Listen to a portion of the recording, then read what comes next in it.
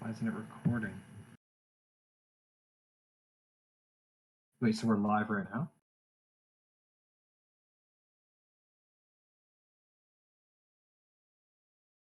Good to know.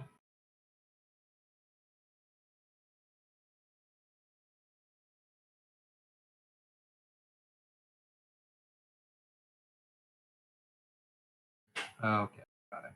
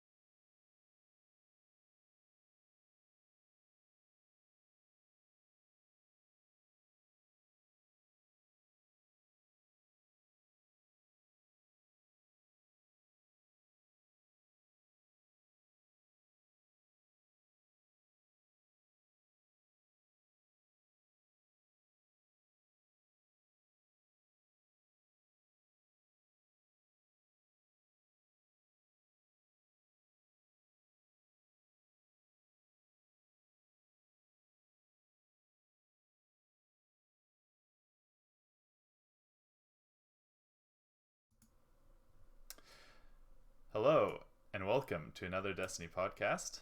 My name is Newt. Oh, sorry, I didn't have my laptop muted in the background. My name is Mute. I'm joined by my good friend Cole.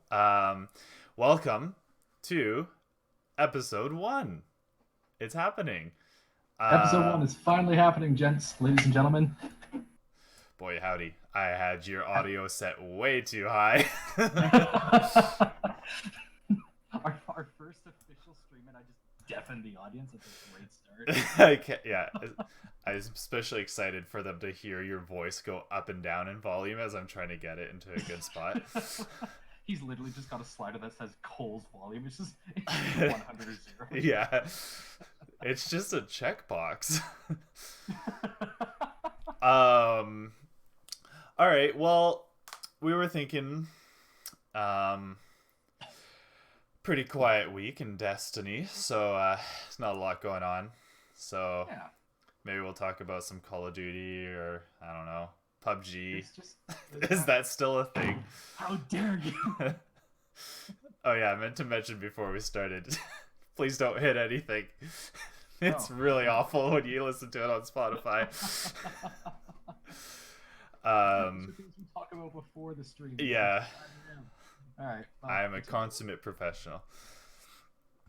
All right. Well, seeing as there is a shit ton to talk about, shall we hop into it super fast? Also, might I just say, 14 in the chat. He's back. I can't really contain it any longer. And welcome Starlight Falcon to the chat. We definitely have no idea who you are. Okay, so I'm just gonna get hopped into the TWAB here. Actually, no. You know what? How you been? How's your week been? My week's been good. Definitely keeping busy. I haven't had as much time for Destiny as I would like, but I was able to hop on for a little bit for the weekly reset, grab the weekly bounties that you need to do, crank out a couple bounties, get the level up a couple times. Didn't really do anything past that, but actually just last night, Starlight Falcon and Tea Time Tibbs, two of the people from our clan, I helped run them through a bit of the Shattered Throne quest, actually. Nice. It was a lot of fun. Yeah. Because it was the first time they had done it, and I was actually working towards the Wishender quest line. And so I was able to get a couple things done. We were able to make it to Vorgeth, I think the ogre's name is. So we were able to make it to Vorgeth, but I was getting exhausted. I just did not have time to complete it, and we kept dying because we couldn't get the mechanics down properly. Yeah. By nobody's actual fault. It was just it just happens. Yeah. So we're going to be taking another swing at it pretty soon here. But that's pretty much the biggest thing that's happened in Destiny for me so far, other than what we're going to be talking. Yeah. But, no yeah, kidding. it's been a pretty good week, I'd say. Yeah, it's funny. I didn't really realize how starting a Destiny podcast suddenly means you have very little time to be spending To actually play Destiny. Yeah. It's like, no. I want to talk about the thing that I'm playing, but to talk about the thing that I'm playing, I have to play the thing. Also, sorry, Starlight's just telling me in chat that the volume's kind of bouncing around a bit just because I turned you down at the very start, and now I'm trying to... good to know. Hopefully I'm getting us evened out. Maybe you can keep giving us some updates as we go It's going to be a work in progress. Yeah. For the next little bit, but yeah. Apparently that's good. Okay. Beauty. Yeah, so unfortunately, I haven't had much boy. time for Destiny these days. Just trying to get this all sorted out, learning a bunch of lessons about this. As you can probably tell, I'm pretty new to this. We're casuals. If I've been having so much fun doing this. It's a little frustrating sometimes. But it's all worth it. It's totally worth it. Yeah, we'll get there. Yeah. Okay. So let's get into the TWAB, which has a little bit. It's a pretty decent sized TWAB, but really the bulk of what we're going to be talking about, I think, is Season of Dawn. Yeah, the whole VIDOC reveal and everything like that. Yeah. Okay. So for those of you who aren't aware, who aren't really in the loop, Bungie just a couple days ago they released, they put out a little teaser saying that they were going to release a trailer on the newest season that was going to be coming out, and they titled it "The Season of Dawn." Mhm. It was yesterday or the day before that they released the actual trailer for it, and oh my god, if you guys haven't seen the trailer for Season of Dawn yet, I mean, keep our stream open in the background, but go and watch that trailer right now. It Not is even. so good. Just go watch it. Turn us Yeah, off. exactly. Just come back to us. We'll still be here. Yeah. But I won't spoil too much right off the bat here, but I mean, because we are going to be talking about it eventually. So from this point on, there will be spoilers. If you guys don't want to know what's going on, then I don't know. But I would say like stick in for it because it's going to be. There's so much to talk about. There's just so much to talk about. Yeah. So what I'm going to do is I'm just going to run through kind of like the bullet points, updates, and everything that they've put in. Yeah, and sure. We can circle back to the Season of Dawn because they've placed the new calendar up, so we can talk about what we think that's all going to mean. Yeah, that's a good idea. So one of the bigger things is the solo subclass reworks are going to be coming in. So yeah, things I like that. The hunter's one-hit melee knife is going to be a thing again, or for the first time actually. Back in the day, you used to have to hit a headshot with a hand cannon, follow it up by a knife, and then it would kill. But that was in Destiny 2. Right, yeah, so it was back in D1 that it was an actual proper one-hit precision kill, if I'm not mistaken, right? No, you had to get a headshot with really? a hand cannon and follow up by with a knife. Yeah, it was a little bit harder. Oh, I didn't realize that. Yeah, that was in last week's TWAB. In this TWAB, they put a link to it, so if you want to still go back and check it out, you can find it in this week's TWAB as well. So a couple small things that they've changed, so a couple quality of lives. So I don't know if you've heard much about this, but Anarchy from Scourge of the Past, the raid. Yeah. People have been struggling to get that, so they've bumped the drop rate up from 5 to 10%. So, which I think is a good call because even though I haven't played the Scourge of the Past raid yet myself, I really have to get that Sparrow. Yeah. I've heard people are just like you said, insanely frustrated with the drop rates on it. So, like the fact that they've doubled the drop rate is yeah, we'll see how it works out. Maybe they'll have to bump it up a little bit more. It would be really nice if they 10% is pretty good. Yeah, it would be nice if they could just put in an exotic quest for it at this point or something. But anyways, that's a whole other kettle of fish. One thing that I like. Oh, hey Tibbs. One thing that I like. This is a big one. So exotic engrams and faded engrams have kind of been bundled together. So faded meant that you would get an exotic you didn't have yet. So now all exotic engrams you get are faded until fated until you receive all of the exotic armors and weapons, and then they'll just be a random piece. It'll be we should probably specify that it'll be a random piece of armor, and if you already have the weapon, it'll be in your collections. It just won't have a chance to drop for you because you already have it.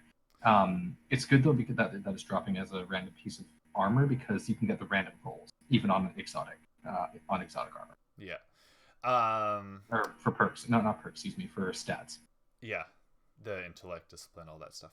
Exactly. This is one that people have been wondering about for a little while. So the power cap is going to be going up. So it's going to be going from 950 to 960. It's important to note that's the powerful cap. So that's stuff that you can just get, from like regular legendaries that you find on the ground and stuff. If you want to reach the new pinnacle cap, which is 970, you'll have to receive pinnacle rewards for that. So that's up from 960. And so, then, for example, and then of course, on top of that, you can receive the power increase from your new artifact. Right, which we don't know what the artifact is yet. We do actually. I'll talk about it. Oh, really? Yeah. Okay. This is a really cool one, actually. I think you'll like this one. So Escalation Protocol Wave 7 chest no longer requires a key to open. That's actually one of my main talking points, which is fantastic. Because Escalation Protocol is always fun, and the gear that you can get from it looks fantastic. I mean, at least from a Titan perspective. I don't know what the Hunter or the other ones look really good too, actually. Stuff look like, but there was that problem of having to have that decrypted cache key to get it. What was it? It required 7 encrypted cache keys, which you had to take into Anna to get decrypted. It was a whole process. So now that the fact that you just have to complete Wave 7 to get this piece of gear is such a quality of life, and I'm really so much more. Yeah, I definitely can see myself jumping into escalation protocol sometime soon to try to grind out Yeah, all those exactly. pieces of armor, especially because now you're guaranteed to get a new piece of armor until you have the full set. Exactly. Yeah. So Yeah. very similar to how Gambit Prime gear works, Yeah. I think, Or or at well, least it used to. It faded used to work. engrams now work like that. Yeah. Think of it as like a faded engram, except it's coming out of the chest. Well, wasn't the first time that you got the Gambit Prime armor from the Reckoning? It would give you like helmet, like it would give you one of each until you got the full set. I'm not sure. Or am I? I don't think I never played much Reckoning No. because it bored me to hell. So fun. And then the weapons will still drop as usual from the escalation protocol chest. Yeah. So there's no change there, and it'll still be the same thing where like the boss will cycle, the boss of escalation protocol will cycle weekly, and the weapon drop will be dependent on what boss you're fighting. Right? Is it? Oh, I didn't know that. It is. It is. Yeah. So I mean, like for the shotgun to drop, I think it was. Oh, I can't remember. Yeah. I can't remember exactly which boss it was, but it was like you had to fight that specific boss to have a chance for the shotgun to drop. And I think we should just mention that it's going to be Armor 2.0 now. So that's a really big reason. That actually answers the question that I was going to ask you, is that did Escalation Armor get the 2.0 upgrade? Yeah. And so I guess the answer is yes. So yeah, I think you're going to see a lot of people, which is so like, because Escalation Protocol, I think they really did a good job on it, because so often I would be doing something on Mars, doesn't matter what, just patrols or bounties or whatever, and you see 4 or 5 people running Escalation Protocol, and you're like, oh yeah, I'll jump in, like why not, do a couple waves, and then it's like 3 hours later you've done like wave 7 20 times. Your eyes are completely bloodshot, you're kind of sunken into it. It's honestly so much fun. It's actually really fun. It's a really easy time waster, because especially once you beat round wave 7, it just cycles wave 7 every time you beat it. Yeah, which is really nice. Moving on, this is a good one too. A big one. It's quite the drop. We'll see how it affects the glimmer economy. So the cost of slotting a weapon mod is going from 5,000 glimmer to 500 glimmer. I feel like that's a good idea. It's a really good idea. I know people have been asking for it for quite a while, especially I've seen it quite a few times on the subreddit. Yeah. It's just the cost of 5,000 glimmer to slot an armor mod on anything it's excessive. It's bordering on capitalist. One might dare to say. I think. But yeah, never mind. It's like 500 though. That's a hell of a drop. Yeah, that's pretty big. Yeah. One thing. Whoa, deja vu. And I know I've never done this before. But I think it's a good idea, because it's so frustrating when you're running, I don't know, like a strike or you're running the Vex offensive or something, and you realize everyone has anti-barrier rounds and someone needs to switch to overload or disruption rounds. I can never remember. That's 5,000 right there. Yeah, and then like if you want to switch back a few times, like you're like running out of glimmer. You're not actually, but you really start to feel it. So I think I'm happy with that change. No, I can't imagine anybody would be taking up arms against this change. Yes, it's ridiculous. The price is too low. Yeah, it's gonna cause inflation. Moving on, bounties. There's been a few changes. Some of them I don't really understand. Some of them are pretty interesting though. So repeatable bounties have been added to the gunsmith. I'm definitely down with that. I like that. Yeah. I mean, it just means more enhancement cores. So yeah, and the big one is so those bounties where you had to do a series of strikes, a series of crucible matches, and gambit matches. Right. Now instead of each of those being a separate bar you have to fill up, it's all going to count towards one. So you can just run if you're a crucible player, you can just play crucible and complete that bounty. If you like playing gambit, I'm so sorry for you. if you like running strikes, you can just do those. I want to get the hash bow. No, you don't. I started that quest. I played one round with a bow, and then I was like, you know what? This bow is just not for me. And I moved on. I mean, and I was over it. I feel like it wouldn't be terrible with the Trinity Ghoul, but that's what I was trying to use. But oh boy, like, and it's a good bow, but a good bow is not equal to like a good Duke Mark 44. that's fair. Yeah. I mean, Anyways. using good and Duke Mark 44 in the same sentence, you have to pick one, everybody. Moving on. Oh. There's a couple other changes to bounties. Nothing too spectacular. This one I like. So there's been some changes to Thunder Crash, striker code of the missile. Yeah. Increased base damage from 2,700 to 3,200. It's a pretty nice jump. I'm always down with that because it's like a pretty high risk, high reward super, right? Like it totally is. Yeah, I mean, and in Crucible, you're like when you use it, if you're timing it correctly, you're guaranteed at least one kill from it, from like a solo smash. But what I've found is that in the Crucible, if there are some residual enemies, they can actually back up, and so you have to track only one person. More often than not, I've found that those residual enemies will get damaged by the Thunder Crash strike, but they won't actually get killed by it. Right. Kind of like lackluster. Also, it does bring Thunder Crash back as a semi-viable PvE option. Yeah. I hope. I mean, we'll have to test it out before I can back that up with facts, but we'll see how it goes. Yeah.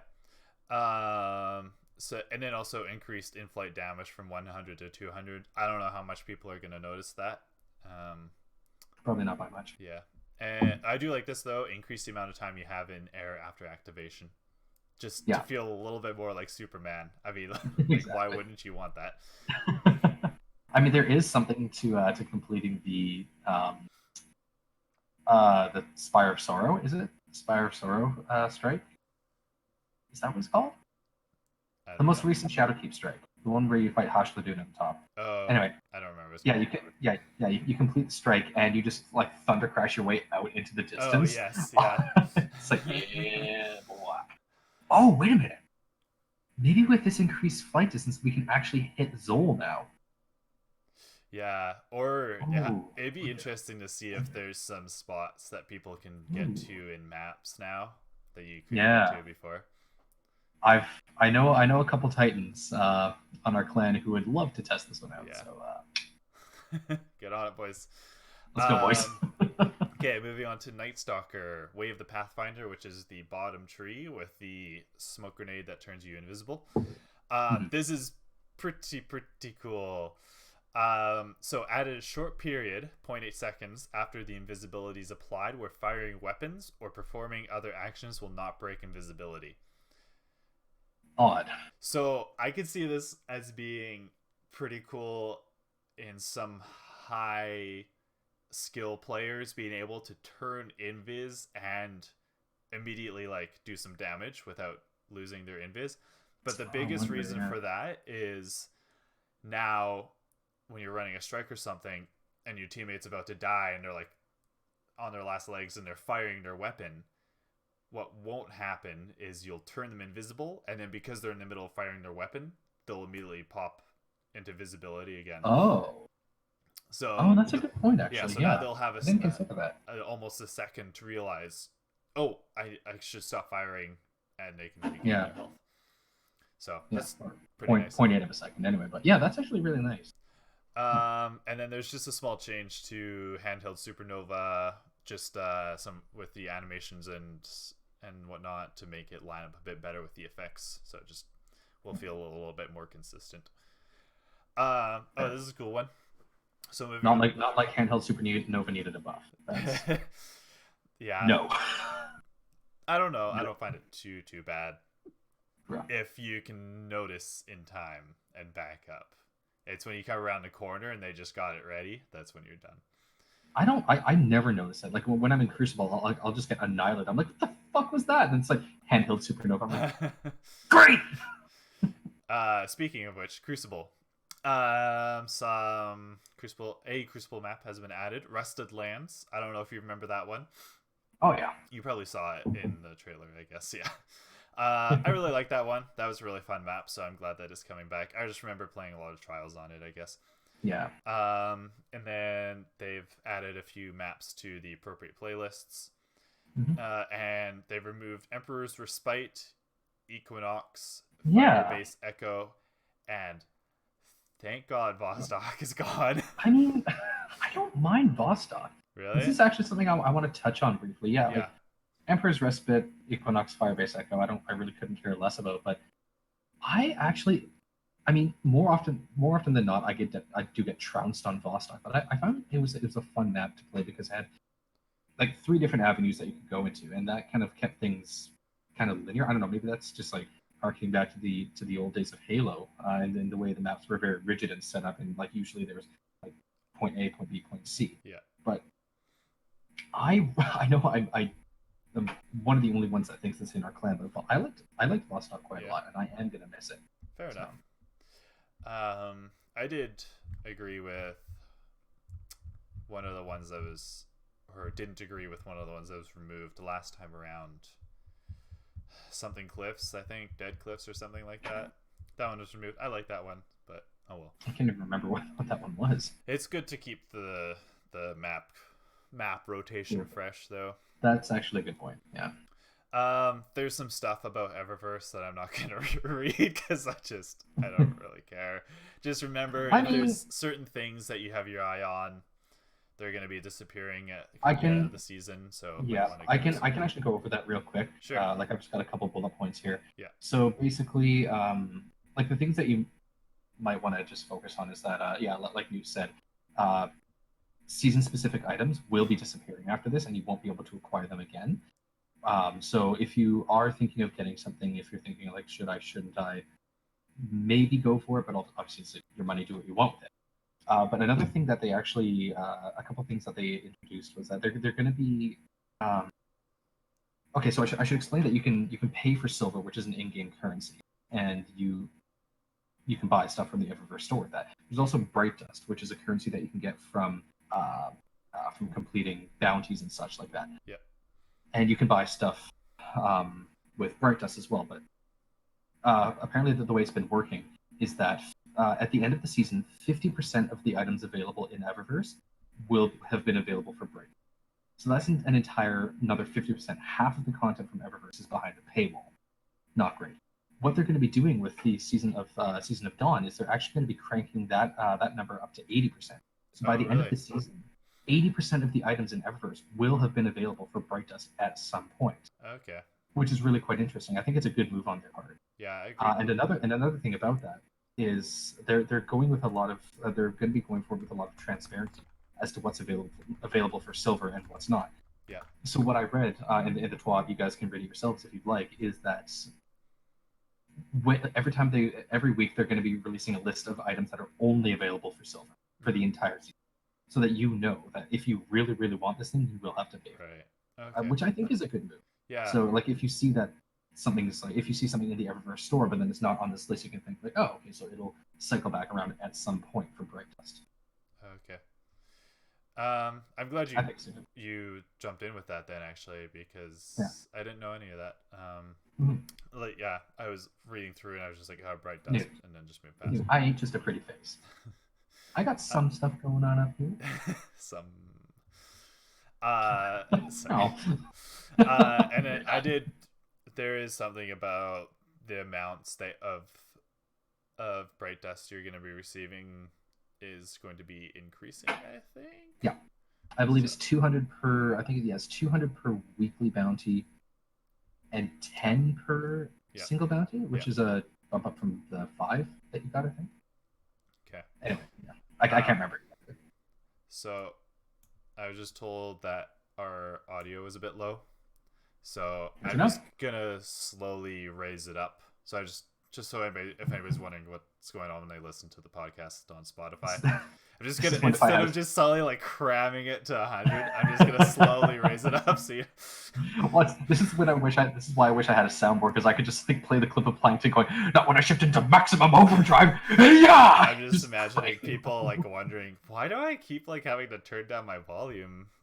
Maybe they won't even notice. I shouldn't have said anything. Damn it. Oh well. So I'm just gonna slowly, or sorry, I just read something else. I'm gonna go through a quick list here of things that are gonna be disappearing at the end of the season, right? Just so that a few people will be a little bit more prepared. So this is probably the biggest one. Arion's Vow. You will no longer be able to obtain it through the season pass, but they have said that they're going to introduce some new ways of getting it. They don't say what that is yet, but just rest assured you will be able to get it at some point in the future. If you don't have it already. Yes.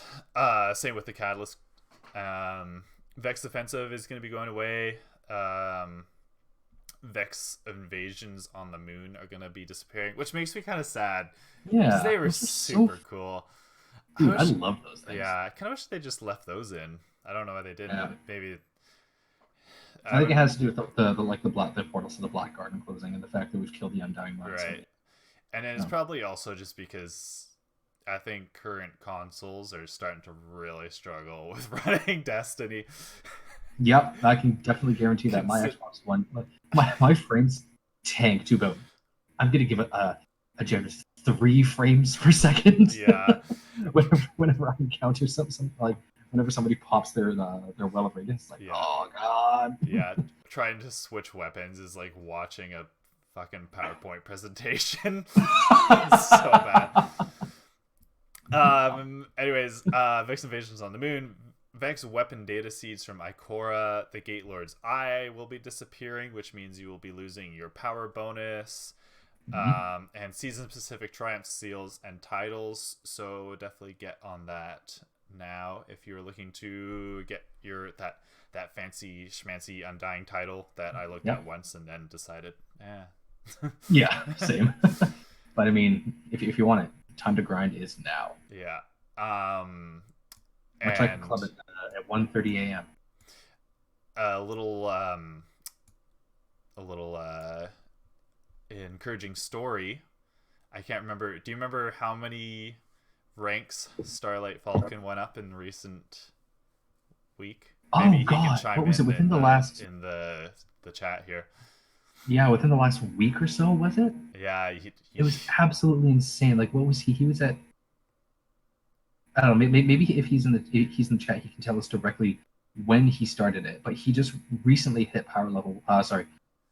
Season level 100, and I could not be more proud of him. Yeah, it was. I think I might even be on the low side here, but it was about. Oh, he was at 30 when he started the grind 8 days ago. Fuck, I was definitely gonna guess so much lower than I thought it was. Oh my god, you animal! That's crazy. You so beautiful. If he can do it, animal. You guys can do it. God damn. Also, if you want a more extensive list of things that are going to be going away at the end of the season, there's one in the TWAB there, just under that section. Then they go over a bunch of downtimes. I'm not going to bother reading them, but I definitely recommend going and checking them out just so, I don't know, if you book a day off and you're like, I'm going to grind Destiny out today, you know when not to do that. Yeah. There's some changes for invitations on PC. Then there's the movies of the week. Yeah, those are always fun to check out. Yeah, definitely check them out. I hope they start to put in a few more. These ones are, but I just find a few less montages and stuff. That just seems to be what it is very often. Starlight says combo strike / moon bounties and getting glimmer from special for more bounties is the best grind that he found. So pro tip right there. Awesome. Well, this is pretty good timing. We're at about half an hour, and we are finished up on the TWAB. That's pretty good. Yeah. So and now, yeah, You feeling excited? Oh, Okay. there's so much to say. What do we want to start with? Is there anything that you want to start with in particular? 14 in the chat. Yeah. Just spam that number 14, boys and girls. All two of you in the chat. Yeah, I'll do it too. Oh god, I screwed up. God damn it. 41. I wrote 16. No, but season of Dawn is coming back, and we're going back. 69. God damn it. Sorry. What were you saying? God. 420. Yeah. So. Nice. Anyways, sorry. Go ahead. I love our fire team. So, yeah, Season of Dawn is coming out on December 10th, and we're going back to Mercury. So if I could concise it into one title, it's Curse of Osiris 2 Electric Boogaloo. That's the best way I can describe this thing. Is Osiris is coming back, and the main quest line is that Saint 14, the hero of legend, the greatest Titan to have ever lived, the previous Titan Vanguard commander before Zavala, is coming back. Canonically, he's dead right now. He died in the Infinite Force, but we're going to be bringing him back because we have to give him his perfect paradox shotgun. Yeah. And yes, so you are aware that this is just part of the cycle, right? Yeah. Exactly. Yeah. Yeah. It's so I know exactly. It's to quote the tagline for when Halo Reach first came out. From the beginning, you know the end. So nice. We'll see how it goes. Very timely quote. Right. Yeah. So do you want? Yeah, Saint 14's coming back, and I could not be more excited. And I know I get hyped very easily, but this is something that I'm really looking forward to because Mercury is actually one of my favorite locations. It's small, doesn't have a lot going for it, but it's absolutely gorgeous. And it's very pretty. It's very pretty. And so with that, there are a bunch of things coming up. So I don't know, Newt, if you could put that picture into the chat so that people know what we're talking about. They released a little bit of a roadmap as to what's going on. Oh boy, you really put me on this spot here. You pull that up, why don't you? Oh boy. What am I pulling up? The image the season calendar that you sent me. Yeah. Okay, let me see if I can go one up and above and put it up on screen. Oh yeah, there you go. That's actually much better idea. Okay, so go ahead. Basically, so the season 9 calendar gives us a roadmap of what we're looking at here for Season of Dawn. And so there's going to be a new six-player adventure mode, very similar to the Menagerie or to Vex Offensive. It's going to be called the what the hell is it called? The Sundial. Yes. And I'm sure it's going to be very similar to what we've seen before, just in a different skin. There is the Dawning is going to be happening, which is the Christmas themed event. Then we've also got a couple of new exotic weapon quest lines. One for a pistol, a sidearm called the Devil's Ruin, and another one for what I believe is a scout rifle called the Bastion. And I have a couple things to say on the Bastion, but one way or another, Season 9 is shaping up to be really, really cool, and it looks like they're also building off of what happened in the Season of the Undying. Mm-hmm. So you can actually look at this entire scope of things as one coherent story instead of small distorted chapters. And I think Bungie is really starting to get the engines going on their whole 10-year plan promise from when Destiny first released all those years. So one thing that I was sort of half listening just because I was kind of pissing my pants trying to figure out how to bring that up on stream, which I did. So Bungie, if you have any jobs available, hire this man. I will take $1 an hour. Don't say that. Yeah, I'm really bad at negotiating. Man, the risk I took was calculated, but boy, am I bad at math. Okay, so yeah, this is a good segue into, because I was saying we'll circle back to the whole the release of the season pass calendar. So I'm just gonna start out on the left side there where they kind of talk about. So we got, like you said, the Sundial's coming, and then the Sundial Nerul, the Hall of Voice. I don't know what that's going to translate into in terms of gameplay, but the rule is one of the mind flayers from back in D1. I don't know if you remember that. Oh, is he really? I do remember. Yeah. They were trying to access Rasputin, I believe. Yeah. Yeah, they're trying to take all I know. Yeah.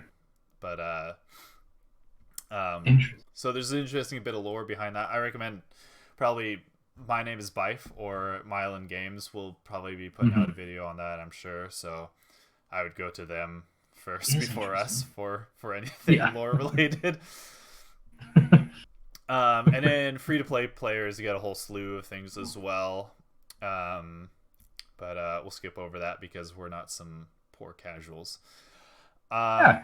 Bruh. So Nessus... way to shut out a gigantic base of our viewership. Nessus and EDZ obelisks. I don't know what that is. I don't know if anybody's covered that. I haven't seen it anywhere. I'm gonna come back around to those actually once we get to a certain point. But, yeah. The Sundial and Save a Legend, which is going to be the Saint 14 story missions. Yeah. I'm sure. So talking about the Sundial, should I go into it a little bit here, or do you want me to try to... A little bit. You might as well, yeah, because I've got a few points to follow up on that. Okay. So I'm gonna try to... Well, Bungie didn't go into it too much on the VIDOC, however you want to pronounce it. And I'm also gonna be careful of... I don't want to give too much away, just in case you want to go into it, kind of with a blind eye. But if you want... Great scout rifle in D1, by the way. Sorry? I said that's a great scout rifle in D1, by the way. What was it? Blind eye? The blind eye? Wait. Oh, yeah, the Trials one? It was something like that. The burning eye. Yeah, fine. I don't think so. I can't remember. Moving on.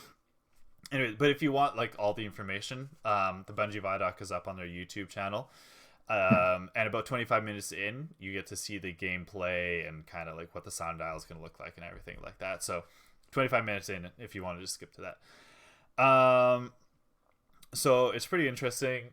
It's got its own separate loading area, landing zone, whatever you want to call it. So similar to the Reckoning, then. Yeah, or Menagerie or Vice events of any of those seasonal events or PvE events. But it's a little bit meatier than Vex Offensive, it looks like. So it's pretty neat. You enter into the Sundial, and basically it spits you out into different locations. There's some wibbly wobbly timey wimey stuff going on with the Vex and all that, but I'm not gonna try to give away too much. Or actually, the Vex aren't too involved with this. It's more the Cabal. But it spits you out into these locations. You go out there, you fight bosses using certain mechanics. So there's actually mechanics, new mechanics in this. I did not know about that. Event. Yeah, and it's gonna be a nice change of pace. Yeah, complete waves or whatever you want to call them, and then go back into the Sundial, and then it continues from there. One thing that's interesting, they said that the mechanics of the enemies are gonna change throughout the season. That's kind of the gist I got. I might have been misunderstood, but that makes me look a bit more forward to it compared to Vex Offensive, because Vex Offensive, once you ran it once, you ran it 20 times, right? Exactly. It became a bit stale. So it'd be super awesome if they took that feedback from Vex Offensive, and they're gonna switch things up as the season progresses. That would be really nice. Yeah.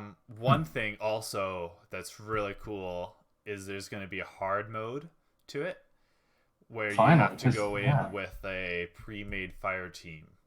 So it's so like Menagerie. Remember how Menagerie so like the heroic mode version of the Menagerie, right? Yeah, which still have to get that catalog. I'm assuming will mean different weapon drops. Pardon me. Which I think is another thing that Vex Offensive was really missing, right? Yeah, I mean, it was stale. Oh boy, I'm getting the hiccups.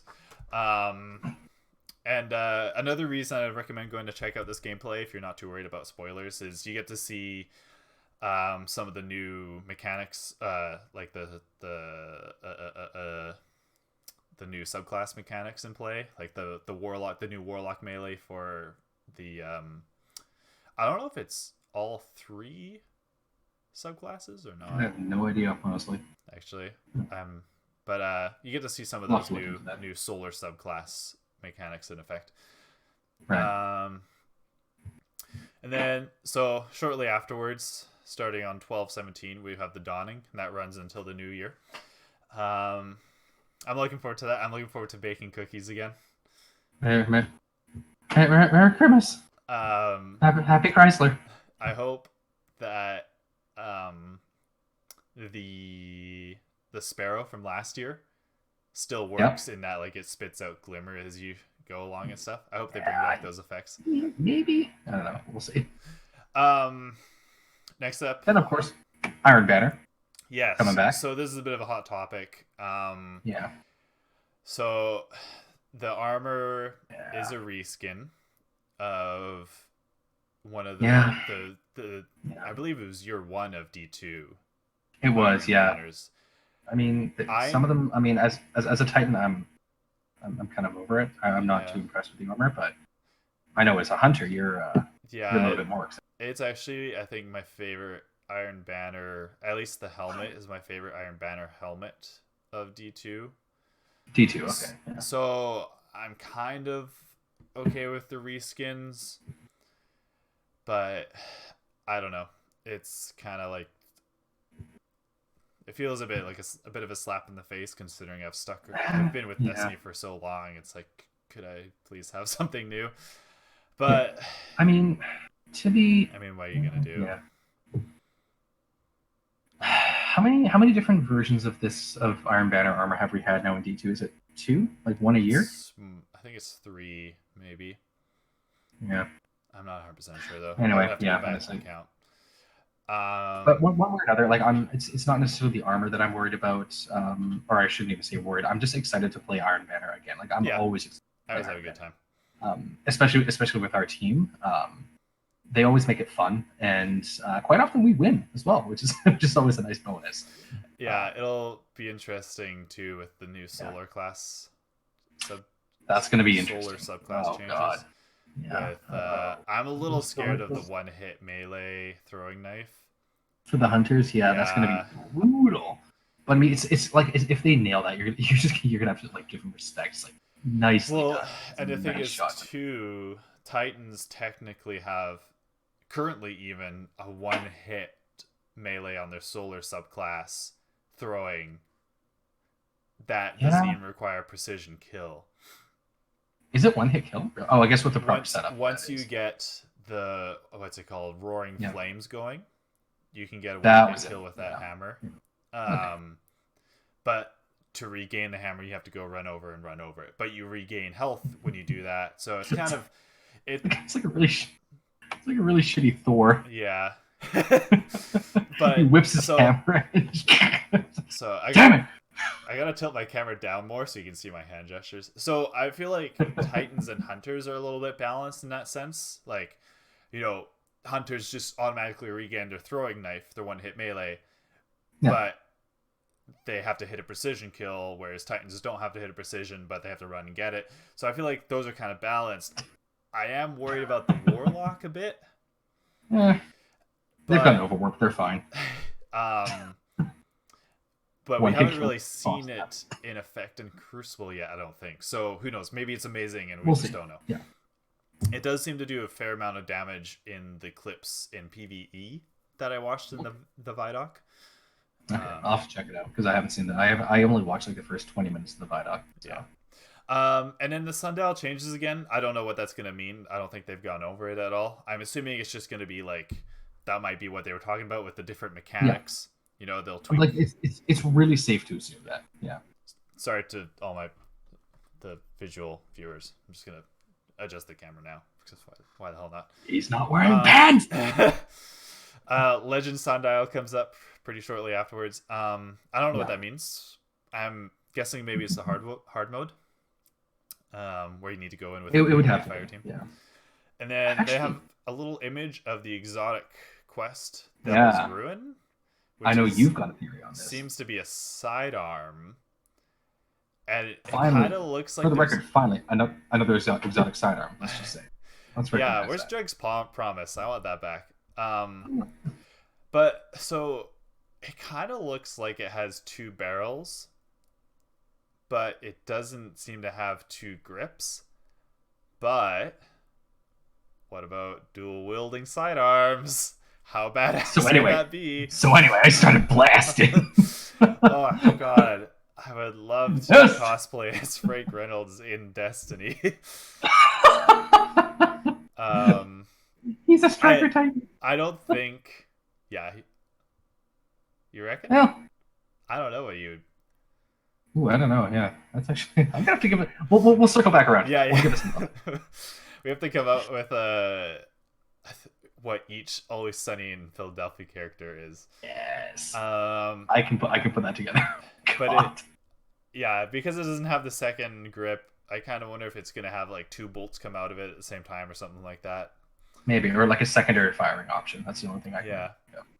Yeah. And then there's also the Bastion, which is people are saying is a fusion rifle, but it doesn't look like a fusion, or it doesn't act a whole lot like a fusion. It's like a bolt fusion rifle. No, that's not entirely accurate either. Because here's where I can really get into some of the meat of what I wanted to talk about. So the Bastion is the one that they've obviously got up on the calendar right there. Which, God, when they showcased it in the trailer, it looked like a scout rifle. It almost had it had the magazine in the middle though, so that does lead me to believe it might be. Yeah, and I would assume that those images lining up is like the charge time.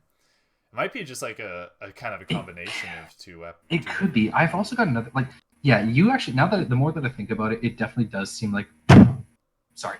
It's another version of Jotun. I'm willing to bet it's another version. Audio listeners. Sorry guys. Audio friendly podcast. It could be similar to Jotun in that respect, but maybe it's more of like a straight shot instead of a tracking bullshit weapon. Oh yeah, that is a fusion rifle. Another thing that I thought of with those crossing images of like what was it, the sun and the eagle, is when I was going through the video frame by frame on YouTube, and it looks as though like as soon as those images crossed, the gun fired. But then a couple of frames afterwards, you could actually see that they were going in the opposite direction. Yeah. Which almost leads me to believe that if you can manage to fire the weapon when those two symbols are aligned, maybe it does extra damage, or it can that'd be so cool. That would be really cool. It's also interesting because on the when you're seeing that scope, the three different, I'm calling them flowers, they kind of look like the sun as well, I'm not sure, have different numbers of petals. So I'm almost wondering if like different ones are different effects or different power. Entirely possible. Well, here's why I wanted to circle back around to the obelisks of Nessus and EDZ. You pointed out that like if you zoom in on the picture there of 1217 Nessus and EDZ obelisks, on the obelisk behind that little pedestal there, there are symbols in a circle. You mentioned that the symbols are the same as the ones on the gun. Here's what I'm thinking here, is that this fusion, maybe you can modify this fusion rifle in a way that that is outside of your normal perks that you can put onto weapons. So you can apply different perks and different mods to your legendary weapons, but you can't with exotics. What if this is a way that you could progress towards changing what's up with your fusion rifle, like maybe a different elemental burn, like Void, Solar Arc, or like different charge times, or different reload times. But you would have it would be a significant change. But you would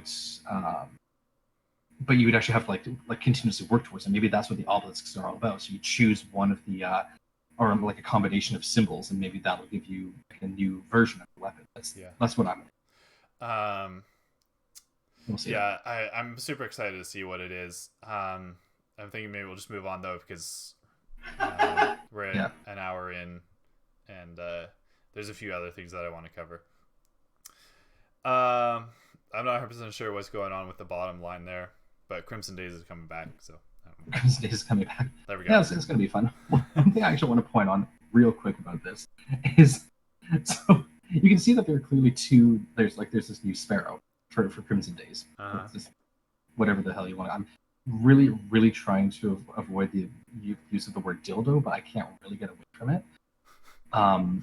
But it looks like the symbols that are on the outsides of the sparrow look really symmetrical, which leads me to believe that maybe you can join the sparrows together. You know, Crimson Days. Yes. like a twin pod cloud car from Star Wars. People have been asking for that too. They want like 2-person sparrows, right? Oh my god. Oh, that'd be awesome. Pardon me. Well, because obviously there's just like one person's going to be in charge of controlling it, so the other person's going to be sitting there in a sidecar. Like, oh, what if the second person can fire from their sparrow? No. We'll see.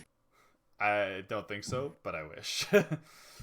Okay, so that's all of the season 9 calendar briefly touched upon. There's a few things in there that we don't know about, or et cetera, et cetera.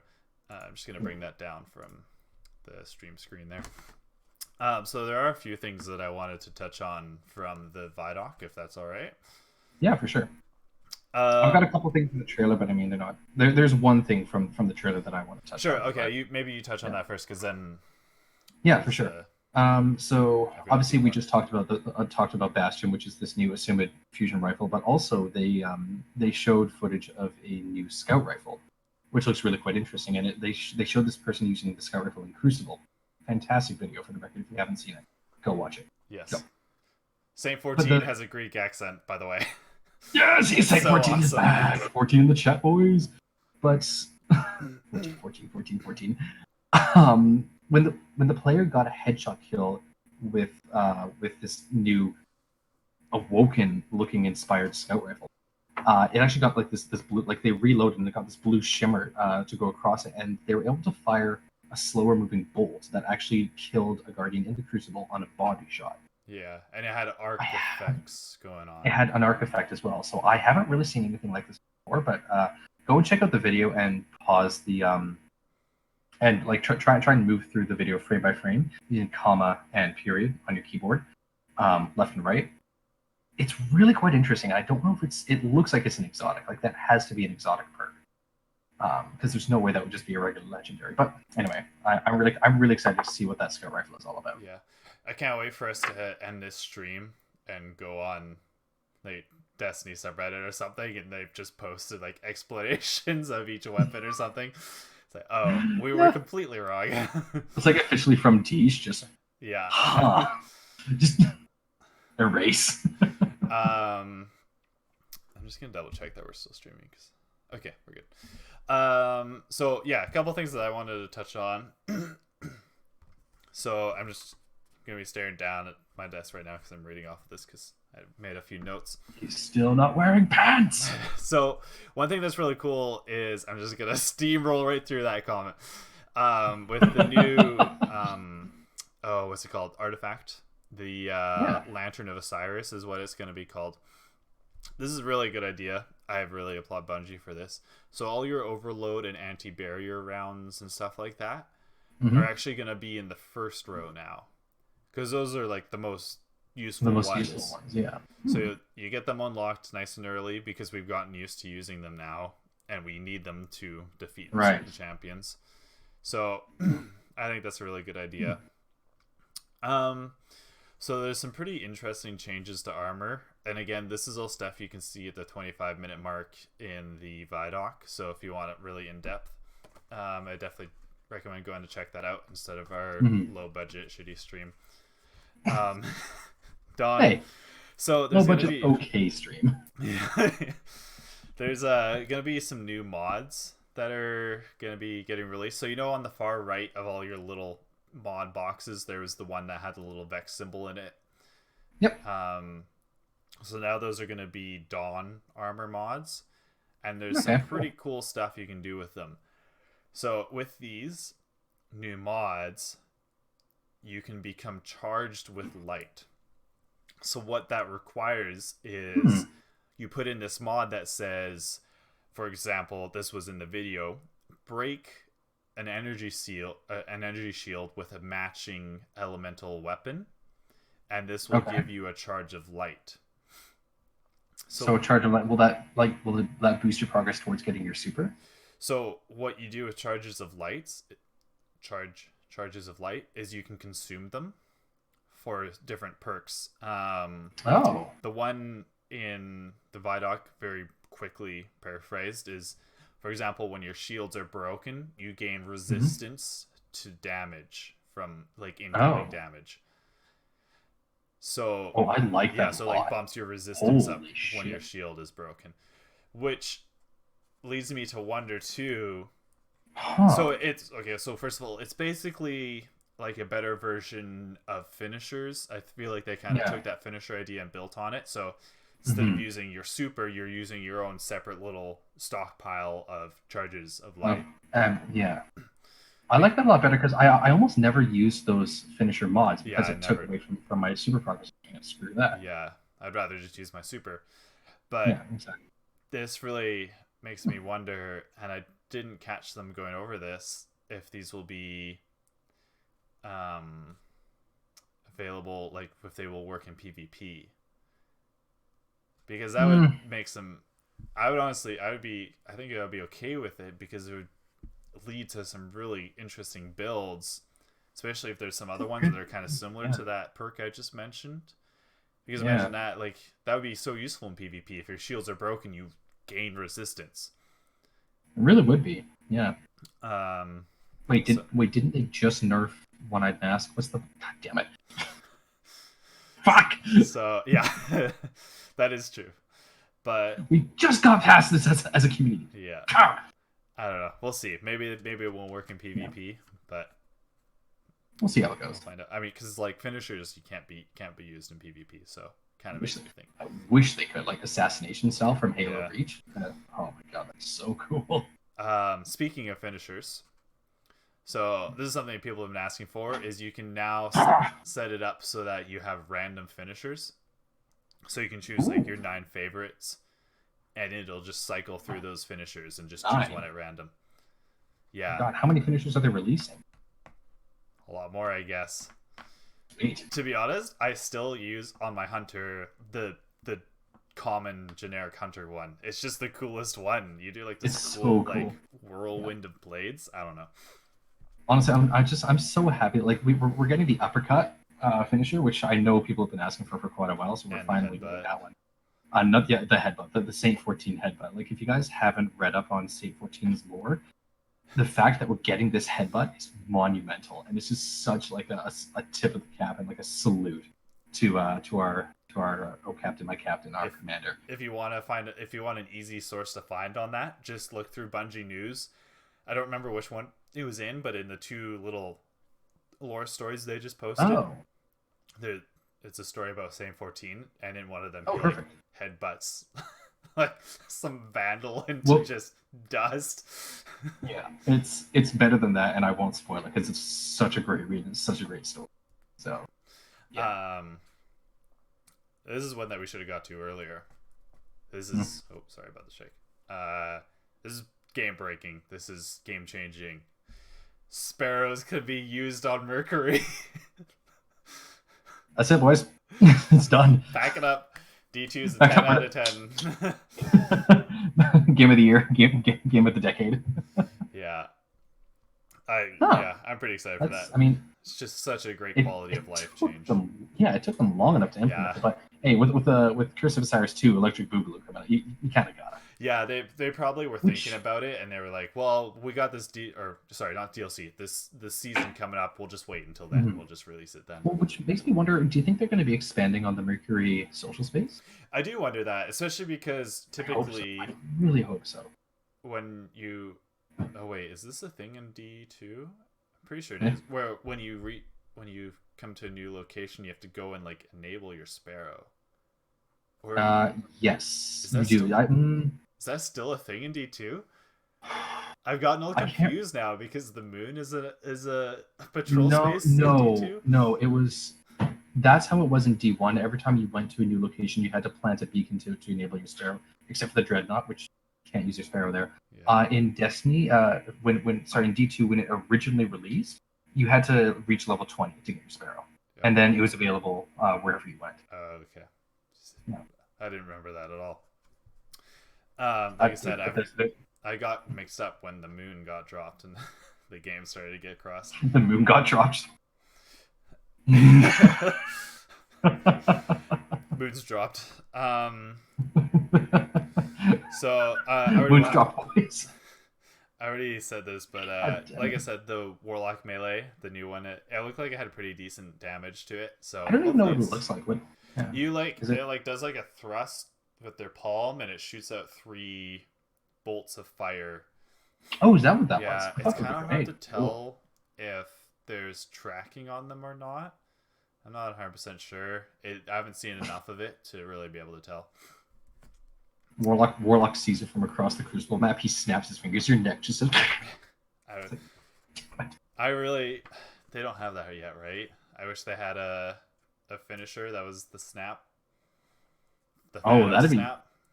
Oh my god, that'd be pretty cool. That would be so cool. So with the snap of his fingers, he can extinguish one drag. one drag at a time. Right?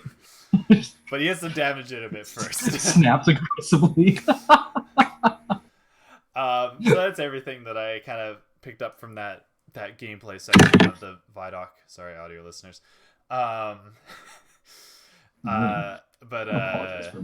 There's a lot more in the VIDOC too. They go over kind of story and stuff like that. Mm-hmm.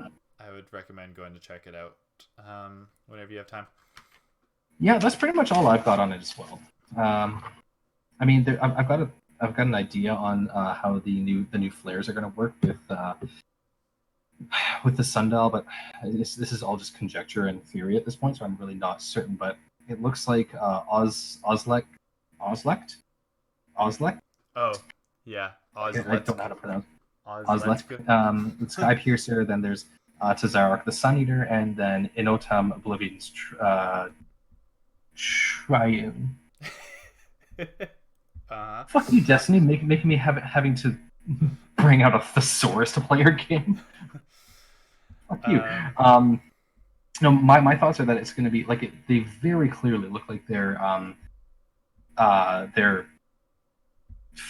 very specific with their layout and their color scheme and their burn. I'm going to call it their element scheme. Thank you. Me. So like it's very clear that there's arc, solar, and void. So it leads me to think that maybe they're going to do like an arc week style thing. So yeah, like an arc week for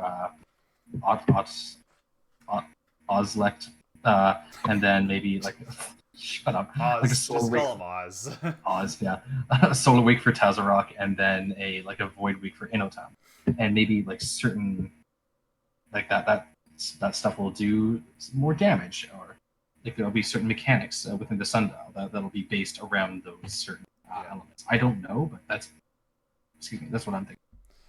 So, one thing I'm wondering if we even want to address it is the kind of the upsettedness, the toxicity in the community in terms of a lack of trials. It's the fact that everyone saw that it was a VIDOC and they assumed that meant that it was going to be like a huge change in the game. Because usually that's what a VIDOC precurses. I don't even know if that's a word. It is. I don't know. Do you have any thoughts on any of that? I understand that with any fandom and any community that there is going to be an element of toxicity. It's just the way the internet works. It's just the way groupthink like this works. But it gets, and I understand that people have their thoughts and they're very passionate about like a lot of the things that they want from them, that they put a lot of time into. My problem is that people seem to jump to the trigger immediately, and they just it's like Frank Reynolds. So anyway, I started blasting.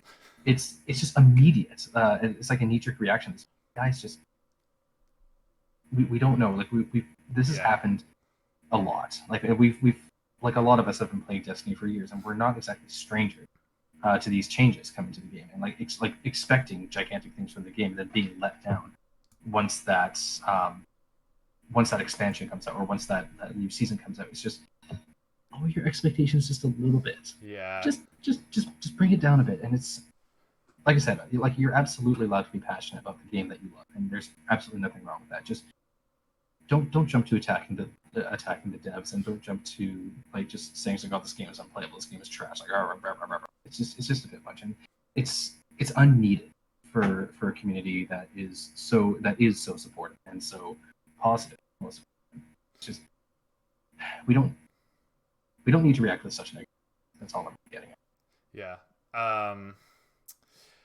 Yeah, I wouldn't say maybe lower your expectations isn't the best way to describe it. I would say keep realistic expectations. Yeah, and that's a much better way of putting it. I do think Bungie is a bit at fault sometimes in not setting any expectations at all, and then so people just go to both ends of the extremes. They speculate wildly. Yeah. And I used to go to the extreme of like, oh my god, it's gonna be so insane. But now I'm like keeping my expectations low because I've been burned too many times. Yeah. But I don't think people should have to do that either. Like, you shouldn't have to keep a purposely low expectation. No, of course, yeah. I think maybe it would have been a good idea if Bungie, before saying, or like when they announced that there was going to be a VIDOC, they should have said, this is going to be about the upcoming season. So a little bit more changes to the game in general. So like maybe just giving like a little bit of a preamble and clarity as to what they're going to be talking about. Yeah, that would do a lot of things up actually. So I was wondering too, I know you're not super involved in PvP, but what are your thoughts on PvP at the moment? I mean, obviously there might be more that we don't know, but it sounds like basically the PvP community has just received, a token map and an old map too. Not even. Oh, I see what you mean. Yeah. And they're like, hey, I am a generous god. I give you a map. Like, I mean, yeah, that I can understand why people would be pretty, not necessarily disappointed, but like, great, another D1 map. Yeah. Thanks.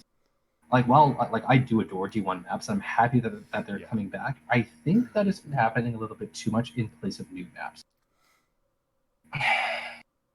And like, also, I can't expect a new map to drop every single time that a season drops, or like every time like a new DLC. Yes, definitely new map, a whole range of. But I don't know. It's I can take it or leave it personally. It's like, yeah, it's fun. Like, this map is coming back. It's a great map. The layout's fantastic. It's just like,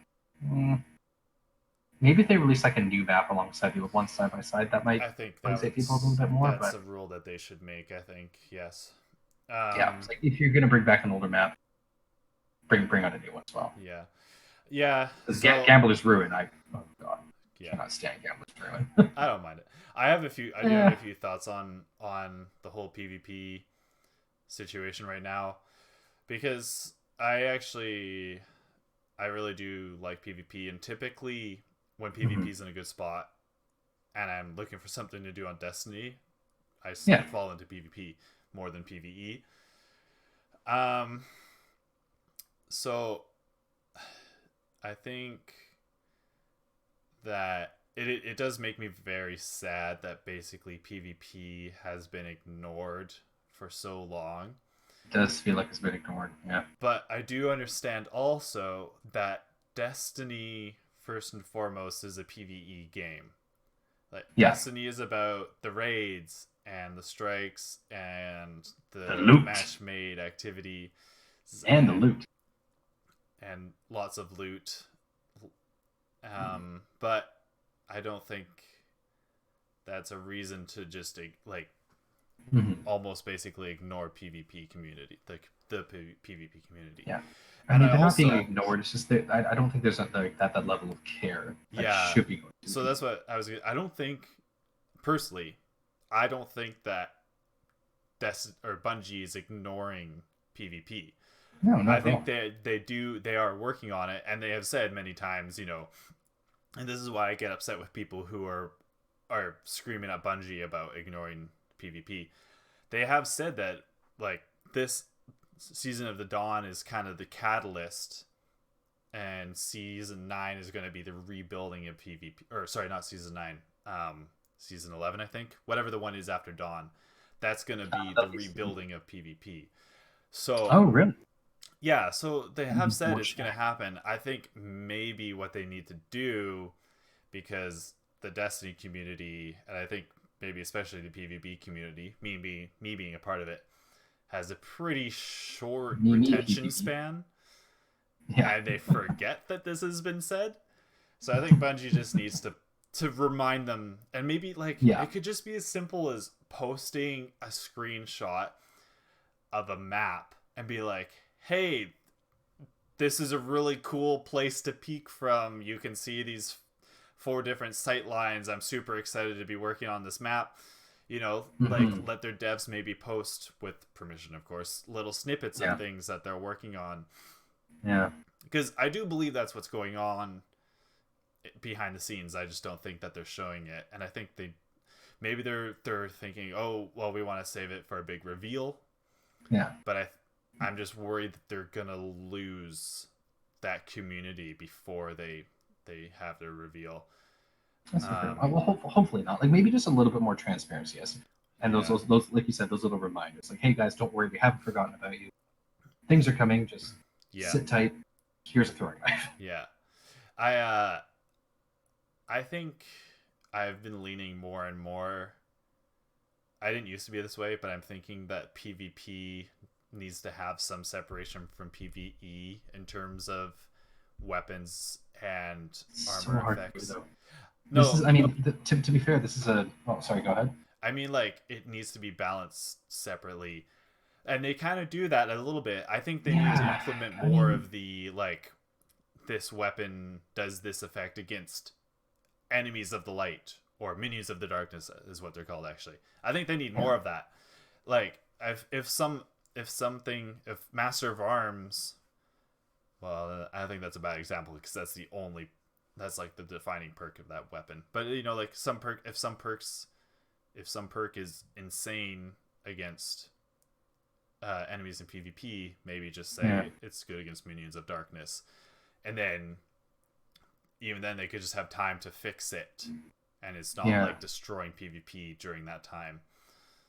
That's true, yeah, but I mean, this is an argument that's been had since back in the days of D1. It's why can't they balance weapons between PvE and PvP? It's like they've tried. I mean, look what happened with Telesto.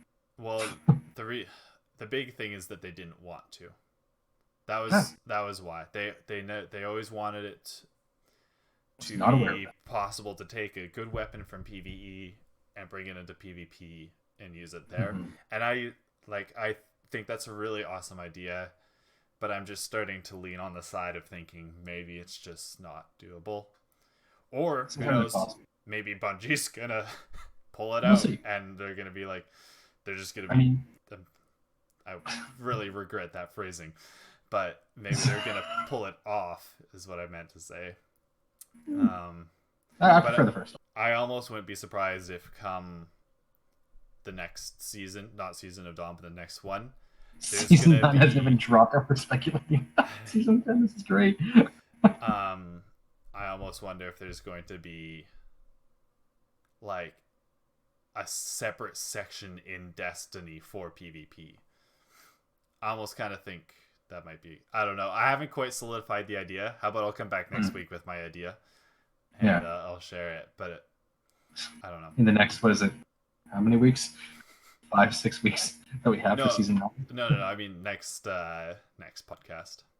Oh yeah, I gotcha. Yeah. Is there anything else you wanted to cover at all? Just wanted to remind everybody that this podcast is sponsored by hydration. Remember, kids, drink your water. Hydrate or dihydrate. And laptop fans. That is the sound you can hear in the background every time Colt talks, by the way. Is it still going? Yeah, it's not too bad, but we'll just have to get something set up eventually. God damn it. Maybe once we have more than 2 viewers who are our close friends. Hey, thanks, boys. I don't think anybody's listened to our first podcast on Spotify either.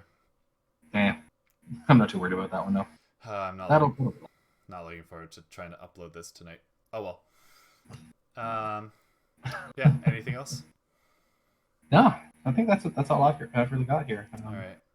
Well, just remember, guys, keep your expectations in check. Yeah. And remember, spam 14 in the chat. Every chat. Yes. Every single chat, everywhere, all the world. Are you? All right. He punched a Vex. Yeah, from one through a portal. So cool. Yeah, this is a really good trailer. Yeah. You good to wrap it up? I mean, I don't have any wrapping paper, ribbons around me, but yeah, I could probably swing that. Eyes up, Guardians. I feel like that was a horrible sound. Okay, so thank you so much for joining us. My name's Newt. I was Cole. Right side there is Cole. Yes. Sorry, cut you off. Yeah. So I'm used to it now. You can find us on Twitter at AD Podcast, at Podcast Destiny. Spotify is another Destiny podcast. Same with RSS. We'll be back here again 8 p.m. on Thursday. Yep. Right. I'd also like to point out the fact that I have actually I've got a Twitter handle now for for the podcast. Yes, it's at ADP Colossus, COLOSSUS. Basically, what I'm going to be doing from that account is I'm just going to be giving you guys basically the same information that you'll be getting from the ADP podcast. From the ADP Twitter account. But I'm also going to be sprinkling in, topical events that are going on in Destiny, like certain topics that have come out. Also copious amounts of memes. It's going to be great. Topical all Destiny memes. Topical memes. Topical meme applied directly to the skin. I'll throw that up in the little info here next stream. So I've got a rash. I need a topical meme for it. I hate myself. So yeah, join us here again on Thursday at 8 p.m. I'm gonna try to get this uploaded onto Spotify tonight, so if you guys want, you can listen to it tomorrow while you're trying to waste away a Friday. Anything else? All good? Nope. Eyes up, Guardians. All right. And remember, you always have time for another Destiny podcast.